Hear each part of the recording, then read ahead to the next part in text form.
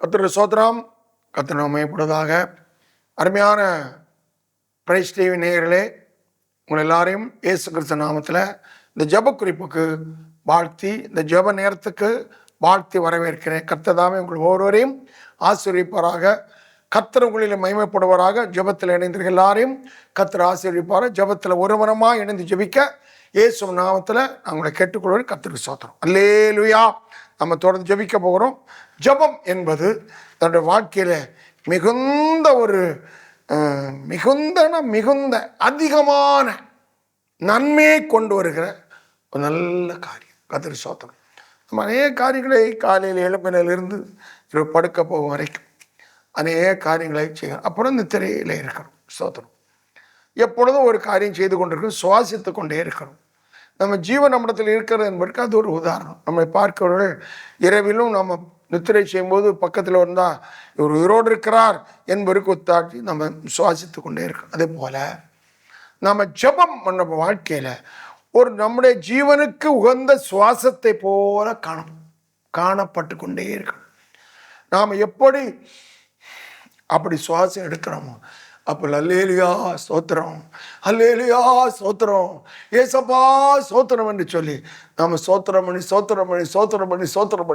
இந்த வாழ்க்கை அப்படியே நம்ம சுவாசம் எடுத்து வெளியே விடுகிறது போல் நம்முடைய வாழ்க்கை எப்படி ஒரு ஜெப ஜீவியத்தில் காணப்படுமானால் அது இந்த உலகத்திலும் தேவனும் நடக்கலாம்.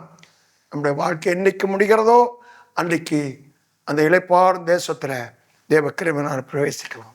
அதற்காகத்தான் கர்த்தர் இந்த நியமங்களை நமக்கு வைத்திருக்கிறார். வேதத்தில் அநேக நியமங்கள், அநேக கட்டளைகள், நம்ம கீழ்ப்படிய வேண்டிய அநேக காரியங்கள் இருக்கிறது. கர்த்தர் ஸ்தோத்திரம்.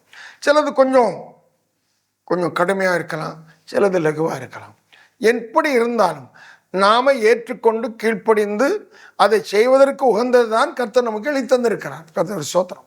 அல்லேலூயா. பழைய ஏற்பாட்டில் கடுமையான பலிகள் எல்லாம் செலுத்த வேண்டும். அது இன்றைக்கு சோத்திர பலி. அந்த பலி இன்றைக்கு சோத்திர பலியாக இருக்கிறது. சோத்திரம். ஒரு சோத்திரம் சொல்லுவதற்கு ஒரு கஷ்டமும் இல்லை. ஆனால் அது இருதயத்தின் ஆழத்திலிருந்து வரணும்.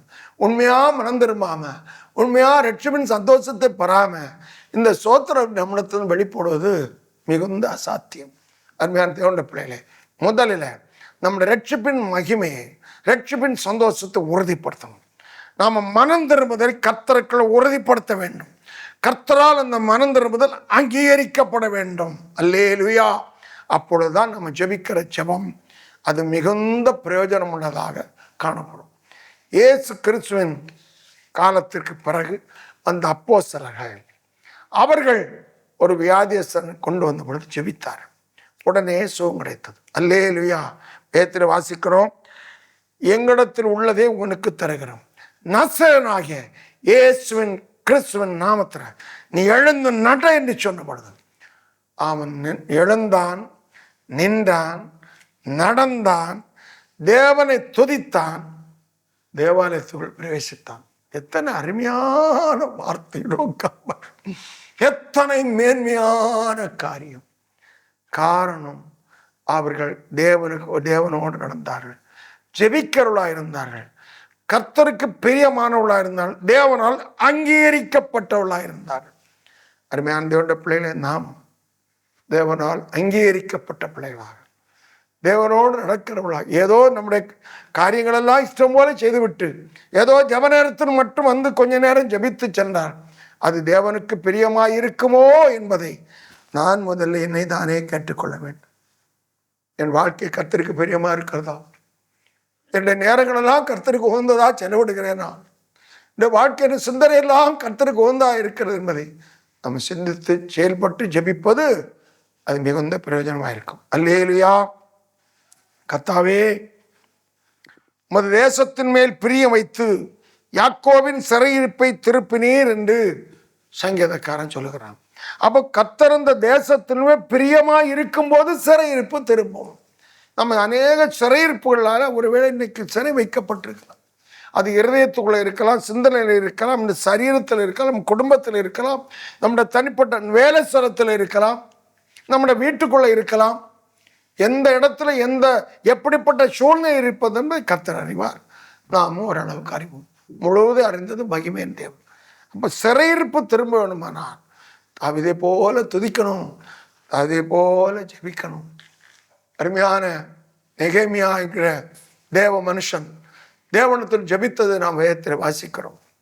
அவன் சிறையிருப்புக்கு உள்ளான நேரத்தில் அவன் அருமையாக தேவ மனுஷன். ஆனால் எல்லாவற்றையும் மன்னிப்பு கேட்டு கர்த்தரை நோக்கி ஜெபிக்கிறான். தேவரீர் என்று சொல்லி கண்ணீரோடு ஜெபிக்கும் போது அவனைத்தான் தேவ மனுஷனாக வேதத்தில் எழுதி வைத்திருக்கான். ஒரு நினைவைக்கு தேவன் அழிவை நியமித்து, ஆனாலும் தேவன் இரக்கமுள்ள தேவனை அழிக்க வேண்டும் என அழித்திருக்கலாம். ஆனால் கர்த்தர் இறங்கி அந்த ஜனங்களுக்கு இறங்க வேண்டும்.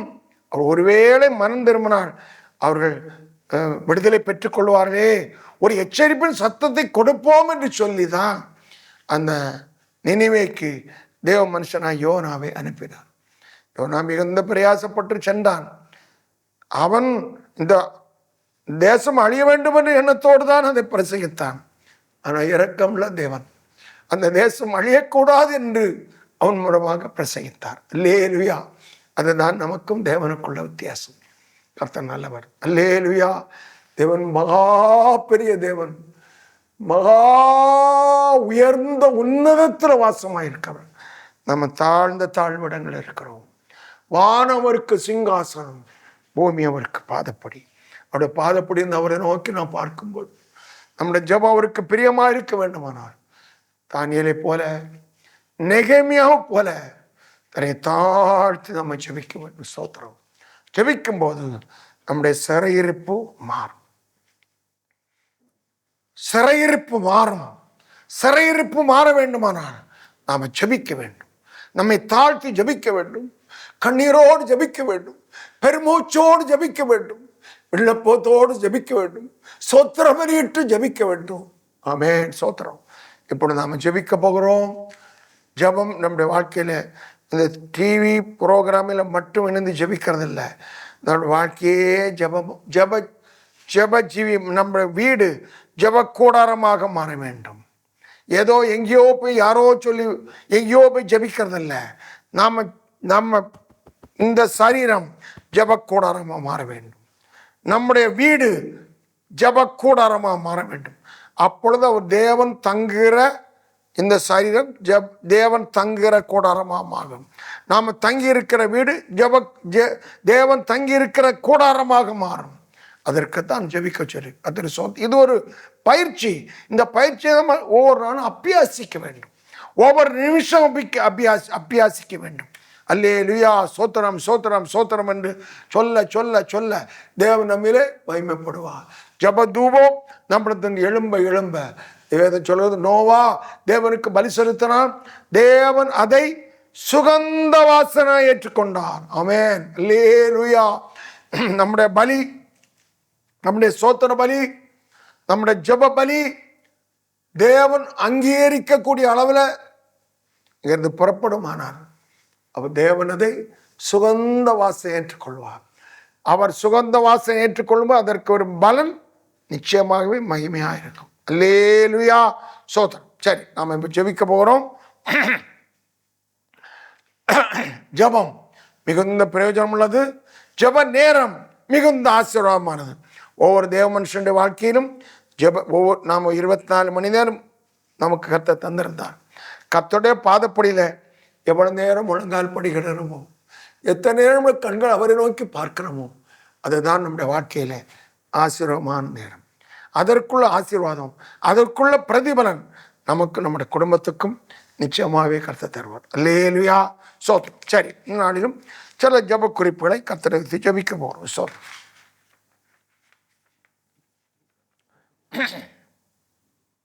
நாம முதல் ஜெப குறிப்பு. ஸ்தோத்திரம்.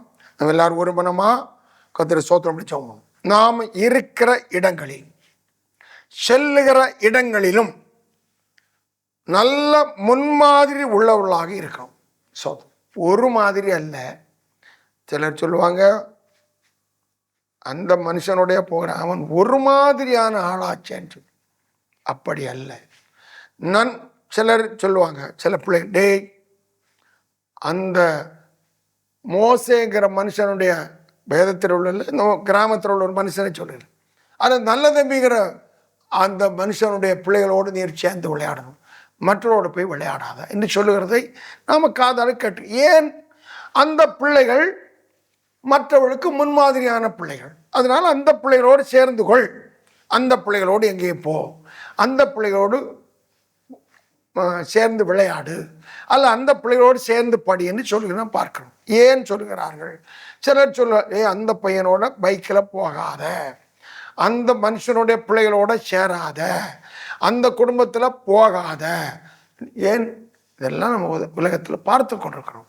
அப்படி தேவன் நாம் செல்லுகிற இடங்களில் மற்றவர்களுக்கு முன்மாதிரியா இருக்கணும். நம்மை பார்க்கிறவர்கள் நம்முடைய தேவனை பார்க்கணும், நம்முடைய ஏசப்பாவை காணும். அப்படிப்பட்ட நல்ல ஒரு மாதிரி, அதான் முன்மாதிரி, மற்றவர்களுக்கு இடைஞ்சல் இல்லாத, மற்றொரு கஷ்டத்தை கொண்டு வராத, மற்றொரு சந்தோஷப்படுத்த முன்மாதிரியா இருக்கணும். ஜெபம் பண்ணுவோம். அல்லேலூயா, ஸ்தோத்திரம். ஆண்டவரே, நாங்கள் இருக்கிற இடங்கள், அதான் நாங்கள் வேலை செய்கிற இடம், நாங்கள் தங்கியிருக்கிற வீடு, முதல்ல அதான் நாங்கள் தங்கியிருக்கிற வீடு, நாங்கள் வேலை செய்கிற இடம், நாங்கள் பிரயாணம் பண்ணுகிற, ஒருவேளை அது பேருந்தாக இருக்கலாம், புகை வண்டியாக இருக்கலாம், எந்த இடத்துல இருந்தாலும் ஆண்டவரே, நாங்கள் மற்றவர்களுக்கு இடைஞ்சல் இல்லாமல் முன்மாதிரியாக காணப்படுறோம்ப்பா. ஆண்டவரே, நல்ல மாதிரியாக, ஆண்டவரே, உச்சந்தலை முதல் உள்ளங்கால் வரை எங்களுடைய ஆடைகள் மாதிரியாக இருக்கணும். எங்களுடைய தலைமுடி, நாங்கள் சிகை அலங்காரம் மற்றவர்களுக்கு மாதிரியாக இருக்கணும். எங்களுடைய உதடு மற்றவர்களுக்கு மாதிரியாக இருக்கணும். ஏன்னா நகக்கண் நகம் மற்றவர்களுக்கு மாதிரியாக இருக்கணும். அதிகமாக வளர்த்தா என்னெந்த மனுஷன் ரொம்ப பிரசவம் பண்ணுகிறார், ரொம்ப ஜெபிக்கிறார், நகத்தை பாருங்கன்னு மற்றவர்கள் சொல்லக்கூடாது. ஆண்டவரே, இப்படி அநேக காரியங்கள் இருக்கிறதப்பா. எங்கள் உடை மற்றவர்களுக்கு மாதிரியாக இருக்கணும்ப்பா. ஆண்டவரே, எங்களுடைய உடையில வித்தியாசம் வரக்கூடாதப்பா. எங்களுடைய முகம் மற்றவர்களுக்கு மாதிரியாக இருக்கணும். எங்களுடைய முகத்தில் வளர்ந்திருக்கிற அந்த முடி மற்றவர்களுக்கு மாதிரி இருக்கும். இந்த நாளில் அது ரொம்ப வித்தியாசம் இருக்கிறதப்பா. எங்கள் சிலரை பார்க்கும் போது வேதனைப்படுகிறோம். நாங்களே வேதனைப்படும் போது என் ஆண்டவர் வேதனை எவ்வளவு கடுமையாக இருக்கும். ஆண்டவரே, உச்சந்தனம் உள்ளங்கால் வரை நான் மற்றவர்களுக்கு முன்மாதிரியாக இருக்க நல்ல மாதிரியை கொண்டு வர கர்த்தர் கிருபை தாருங்கப்பா, கிருபை தாருங்கப்பா, கிருபை தாருங்கப்பா. ஆண்டவரே, ஸ்தோத்திரம், ஸ்தோத்திரம். இன்றைக்கு முன்னாக நிற்கிறவர்கள் கூட, எங்களுக்கு முன்னால் நிற்கிறவர்கள் கூட மாதிரி இல்லாத நாங்கள் கண்டு வேதனைப்படக்கூடிய கடுமையான உலகத்தில் வாழ்ந்து கொண்டிருக்கிறோம். நாங்கள் மற்றவர்களை பார்த்து நாங்கள் ஆண்டவரை குறை சொல்லி பிரயோஜனம் இல்லை. எங்களை உணர்த்துகிறேன். ஆண்டவரே, எங்கள் உச்சந்தாரம் உள்ளங்கால் வரை ஆண்டவரே, வேதத்தில் ஒரு மனுஷனை குறித்து பார்க்க பழுதற்றவனாக இருந்தால் அதே போல நாங்கள் பழுதற்றவர்களாக இருக்கணும்ப்பா. என்னோட சரீரம் மட்டுமல்ல, என்னோட உடைகள், நாங்கள் அணிகிற காரியங்கள் எல்லாம் மற்றவர்களுக்கு இடரை கொண்டு வராதபடி, மற்றவர்கள் நல்ல முன்மாதிரியாக இருக்க என் ஆண்டவர் கிருபை தரும்படியா ஜெபிக்கிறப்பா, கிருபை தரும்படியா ஜெபிக்கிறப்பா, கிருபை தரும்படியா ஜெபிக்கிறோம். ஆண்டவரே, ஸ்தோத்திரம், ஸ்தோத்திரம். நாங்கள் செல்லுகிற இடங்களில், நடக்கிற இடங்களில், எல்லா இடத்திலும் நல்ல மாதிரியை காண்பிக்க என் ஆண்டவர் இந்த ஜெபத்தில் பங்கு பெற்று எல்லாருக்கும் கிருபை தாரும், அடியேனுக்கு கிருபை தாரும். இயேசு கிறிஸ்துவின் நாமத்தில் கேட்கும் ஜீவனுள்ள பிதாவே, ஆமேன். அல்லேலூயா, ஸ்தோத்திரம். கர்த்ததாமே இந்த அருமையான ஜெப குறிப்பை நாம் மனப்பூர்வமாக பண்ணியிருக்க விசுவாசிக்கிறோம். இந்த ஜெப குறிப்பின்படி நம்ம எல்லாரையும் கர்த்தர் ஆசீர்வதிக்க முடியாது. கர்த்தரை ஸ்தோத்திரம் பண்ணுவோம். ஸ்தோத்திரம், ஸ்தோத்திரம், ஸ்தோத்திரம். ஒருவேளை கர்த்தருக்கு பிரியமில்லாத காரியங்கள் நம்மளோட முடி அலங்காரத்திலேருந்து, நம்மளோட ட்ரெஸ்ஸிலேருந்து எதுலையாவது இருக்குமானா இந்த நாளிலிருந்து கர்த்தர் நமக்கு நல்ல விடுதலையை தருவாராக. ஆமேன். அல்லேலூயா. ஸ்தோத்திரம். சரி, அடுத்த ஜெப குறிப்பு. இந்த நாள் முழுவதும் நம்முடைய நாவிலிருந்து பொய்யான வார்த்தைகள் பிறக்கக்கூடாது. ஸ்தோத்திரம். பொய் என்பது கர்த்தர் விரும்பாத ஒரு நிச்சயமான காரியம். எந்த இடத்துல உண்மையே பேச வேண்டும், சத்தியம் பண்ணக்கூடாது. உள்ளதே உள்ளதென்றும் இல்லாதே இல்லதென்றும் சொல்ல கடை வேண்டும். அருமையான ஏசப்பா நம்ம கற்று தந்திருக்கார். ஸ்தோத்திரம். நம்முடைய நாவிலிருந்து பொய்யான வார்த்தைகள், மற்றவர்களுக்கு இடரலான பொய்யான வார்த்தைகள் புறப்படாதபடி ஜெபம். நன்றி ஆண்டவரே. ஸ்தோத்திரம். பரலோகத்தின் தேவனே, அருமை பிதாவே, பரிசுத்த தேவரே, இந்த ஜெப குறிப்பு இடத்தில் வைக்கிறப்பா. ஆண்டவரே, எங்களோட வாயிலிருந்து பொய்யான வார்த்தைகள் புறப்படாதபடி காத்துக்கொள்ளுங்கப்பா. நாங்கள் பேசுறது மெய்யா இருக்கணும்ப்பா.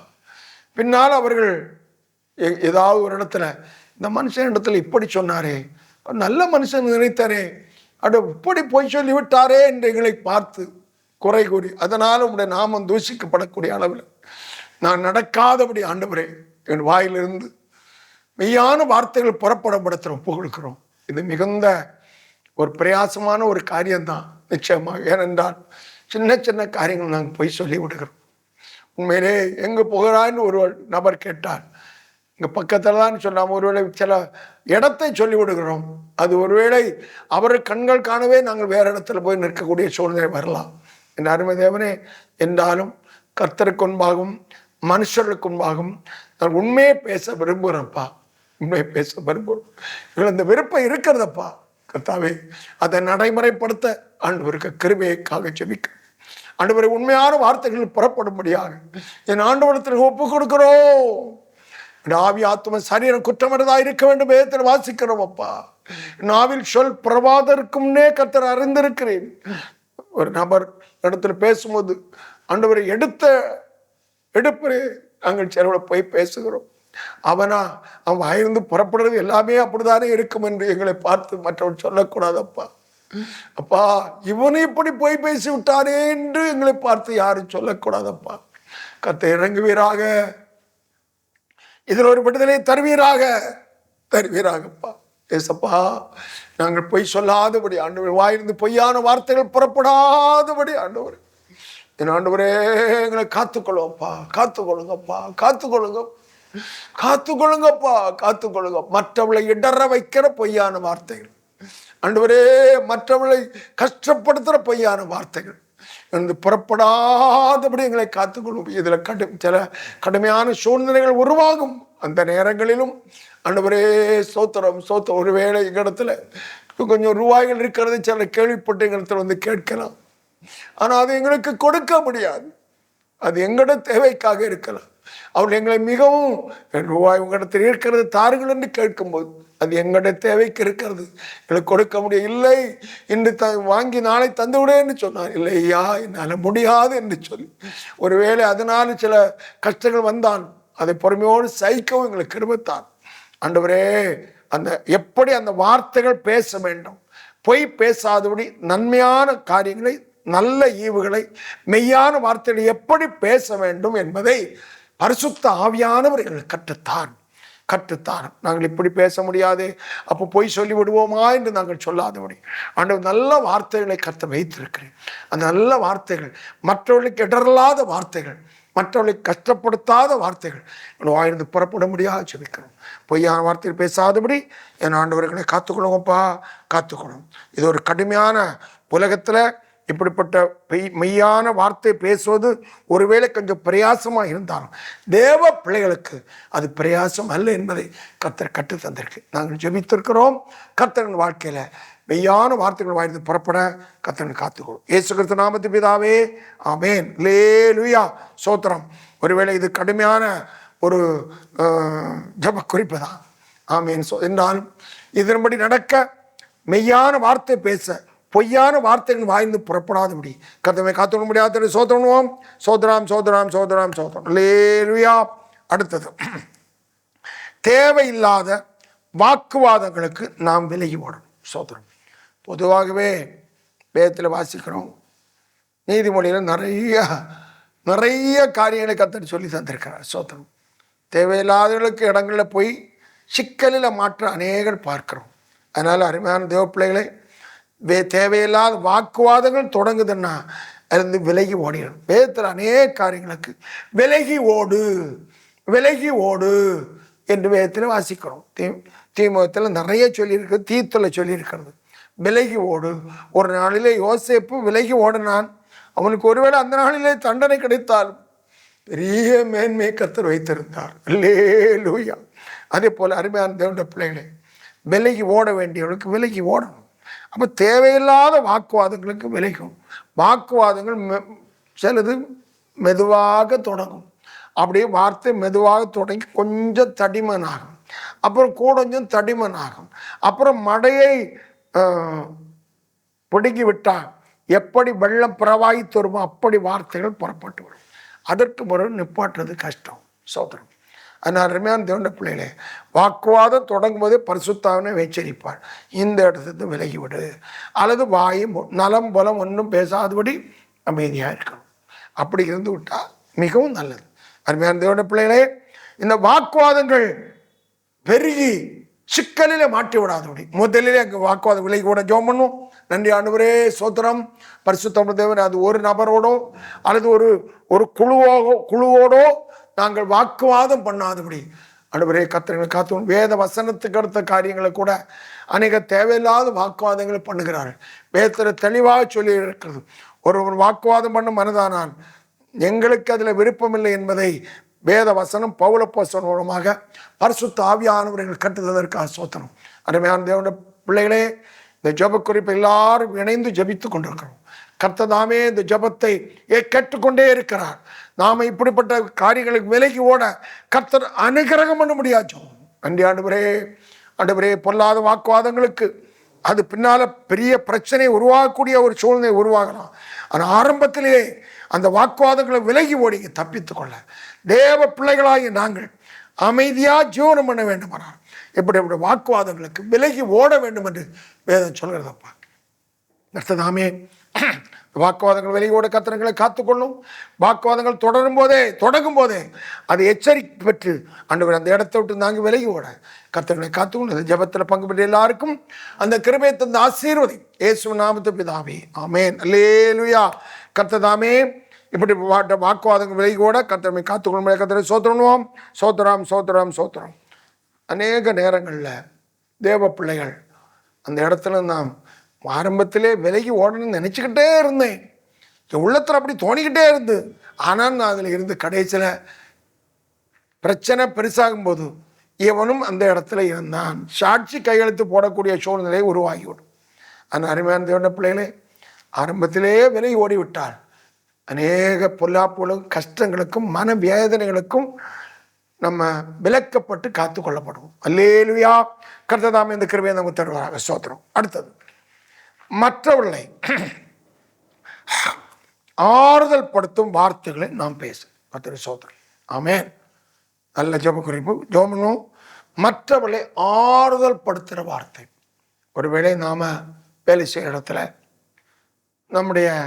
நம்ம ஒரு வியாபார ஸ்தலம் வைத்திருக்கலாம். நம்மிடத்தில் அநேகர் வருவார்கள். சோத்திரம். பஸ்ஸில் கண்டக்டராக இருக்கிறார்கள். அப்புறம் பலரோடு இணைந்து வாழக்கூடிய சில வேலைகள் இருக்கிறது. ஆசிரியர் பணி இருக்கிறது, மாணவரோடு பழகக்கூடிய ஒரு சூழ்நிலை இருக்கிறது. ஸ்தோத்திரம். சிலர் சில வேதனையோடு வருவார். நாம் அவர்களை தேவ மனுஷனாக வாழ்ந்தா மற்றவர்களை பார்க்கும்போது அவருடைய இருதயத்தில் ஏதோ ஒரு துக்கம் இருக்கிறதே கர்த்தருடைய ஆவியான நமக்கு உணர்த்துவார். அப்புறம் நாம் அவளை அருமையாக கிட்ட அழைத்து, என்ன சகோதரனே எப்படி இருக்கிறீர்கள், அல்லது என்ன சகோதரி எப்படி இருக்கீங்க என்று சொல்லி அவளோடு பேசும்போது அவர்கள் அந்த துக்கத்தை பகிர்ந்து கொள்ள ஒரு சூழ்நிலை உருவாகலாம். அப்பொழுது நாம் வேத வசனத்தின் மூலமாக அவளோடு சில வார்த்தைகளை பேசும்போது, எனக்கும் இப்படிப்பட்ட கடுமையான சூழ்நிலை இருந்தது, நான் கர்த்தரை ஜெபம் பண்ணினேன், கர்த்தர் எனக்கு அதில் விடுதலை தந்தார், ஆறுதலை தந்தார், சமாதானத்தை தந்தார்னு சொல்லி நம்மகிட்ட பேச. அல்லேலூயா. ஸ்தோத்திரம். ஒரு நாளிலே ஒரு துக்கம் சொற்கம அயல்நாட்டிலிருந்து வந்த ஒரு சகோதரன் அடுத்த நாள் இறந்து போனார். அந்த மனைவி 3 நாட்களாக 3 அல்லது 4 நாட்கள் இருக்கும்னு நினைக்கிறேன், அவளை இருந்த இடத்தை விட்டு எழும்பாமல் இருக்கிறார்கள். எந்த கடமையும் செய்யவில்லை. அவருடைய சொந்த கடமையும் செய்யல, தண்ணீர் குடிக்கவில்லை, சாப்பிடவில்லை 3 நாட்கள். அப்பொழுது நான் வேலை செய்கிற இடத்திற்கு ஒரு சகோதரன் வந்து தேடி வந்தேன். நான் என்னோடு ஒரு அருமையான தேவ மனுஷன், நாங்கள் ஒரு ஒரு ஸ்கூலில் வேலை செய்யணும். சாயங்காலம் வர வேண்டும் என்று கேட்டால் நாங்கள் அந்த இடத்துக்கு கடந்து சென்றோம். பார்க்கிற சூழ்நிலை மிகவும் கடுமையாக இருந்தது.